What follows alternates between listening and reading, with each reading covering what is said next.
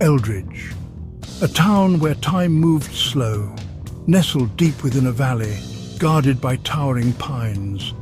Generations lived and died here, their stories woven into the very fabric of the place. Everyone knew everyone. Doors were left unlocked. Trust ran deep, like the roots of the ancient trees that surrounded them. Life in Eldridge was simple, predictable. The rising sun painted the sky in hues of orange and pink, a silent promise of a new day. Days were spent in the fields, the rhythm of farm life a constant hum. Nights were for sharing stories by crackling fires, the air thick with the scent of pine and wood smoke. Eldridge was a sanctuary, a place untouched by the chaos of the outside world. Until Elias Thorne arrived. He arrived on a day cloaked in mist, a solitary figure emerging from the swirling grey. His name was Elias Thorne, and he carried an air of quiet intensity, his eyes holding a depth that seemed to swallow the light. He bought the old miller's house at the edge of town, a rambling, neglected structure that had stood empty for years. Elias kept to himself. His days were spent hidden within the confines of the old house, curtains drawn tight.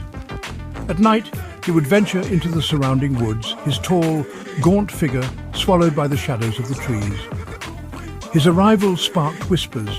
Curious glances were exchanged over steaming mugs of coffee at the local diner.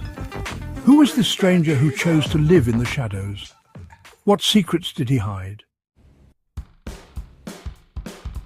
Days turned into weeks, weeks into months. The initial curiosity surrounding Elias Thorne began to morph into something darker, unease.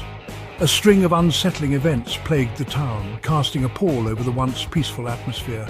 Livestock went missing, their carcasses found torn and ravaged, marked with strange, deep gashes. Unexplained noises echoed through the woods at night, guttural growls, heavy panting, sounds that sent shivers down the spines of even the bravest souls. Fear, like a creeping vine, began to take root in the hearts of the townsfolk. The once familiar woods, their refuge, now seemed menacing, full of unseen dangers. The name on everyone's lips, whispered in hushed tones, was Elias Thorne. Clara Hayes, with her fiery red hair and a spirit as untamed as the wilderness surrounding Eldridge, refused to give in to fear. Unlike others, she felt a pull towards the mystery of Elias Thorne, a burning curiosity that outweighed her apprehension. Clara had always been drawn to the unknown. As a child, she would spend hours poring over ancient folklore and local legends in her grandfather's dusty library. She saw the fear in the eyes of her neighbours, but she also saw something else, a story waiting to be unravelled. Determined to uncover the truth, Clara began her own investigation. She started piecing together clues.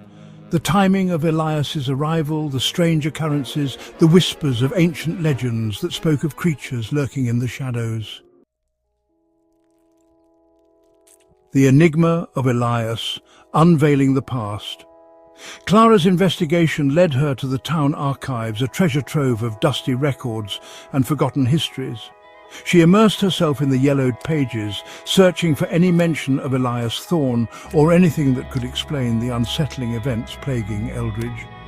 Days turned into nights as Clara meticulously pieced together fragments of information. She discovered an article about a reclusive scholar, a certain Elias Thorne, who had dedicated his life to studying obscure folklore, particularly the legends of werewolves. Her heart pounded as she unearthed an old map tucked away in a forgotten corner. It depicted the area surrounding Eldridge, with markings indicating the location of an ancient, abandoned silver mine. A chill ran down her spine. Silver, the legendary bane of werewolves. The night of the full moon arrived, casting an eerie silver glow upon Eldridge. The air crackled with an unsettling energy, amplifying the fear that had gripped the town. Clara, armed with her newfound knowledge and a growing sense of dread, decided to confront Elias Thorne. She found him in the woods near the abandoned silver mine. He stood bathed in moonlight, his eyes glowing with an unnatural light. His breaths came in ragged gasps, his body contorting, bones snapping and reforming. Clara watched in horror as before her very eyes Elias Thorne transformed. His human features were replaced by a grotesque wolf-like visage. Fur sprouted, claws extended, teeth elongated into sharp fangs. The air was filled with the stench of animal musk and something else, something primal, terrifying. Elias Thorne was gone, replaced by a creature of nightmare. Fear threatened to paralyze Clara, but she fought against it, her curiosity now a distant whisper compared to the immediate danger. She knew she had to act, for herself, for the town of Eldridge. Remembering the silver, she grabbed a rusted pickaxe lying abandoned near the mine shaft. The creature, sensing her presence, turned its glowing eyes towards her, a low growl rumbling in its chest. The werewolf lunged. Clara dodged, the creature's claws grazing her arm. She cried out, the metallic scent of blood filling the air. The fight was a blur of snarls, snapping jaws and the clang of metal against fur. Clara, fueled by adrenaline and desperation, managed to strike the creature the silver pickaxe, finding its mark. A howl of pain ripped through the night as the werewolf staggered back, its glowing eyes flickering. The following morning, the townsfolk found Clara unconscious near the abandoned mine. The werewolf was gone, leaving behind only a trail of blood and a lingering sense of unease. The events of that night shook Eldridge to its core, shattering its peaceful facade. Clara, despite her injuries, survived. She bore the physical scars of her encounter with the werewolf, but it was the unseen scars that ran deeper. The fear in the eyes of her neighbours, the whispers that followed her, the knowledge of the darkness that lurked beneath the surface of their once idyllic town. These were the burdens she carried. Life in Eldridge slowly returned to a semblance of normalcy. But it was a fragile peace, built upon unspoken fear and the knowledge that the shadows held secrets. The woods, once a source of comfort, were now regarded with suspicion, their darkness a constant reminder of the night the legend of the werewolf became real. Years passed. The events of that fateful full moon became a part of Eldridge's folklore, passed down through generations, each retelling adding its own embellishments and anxieties.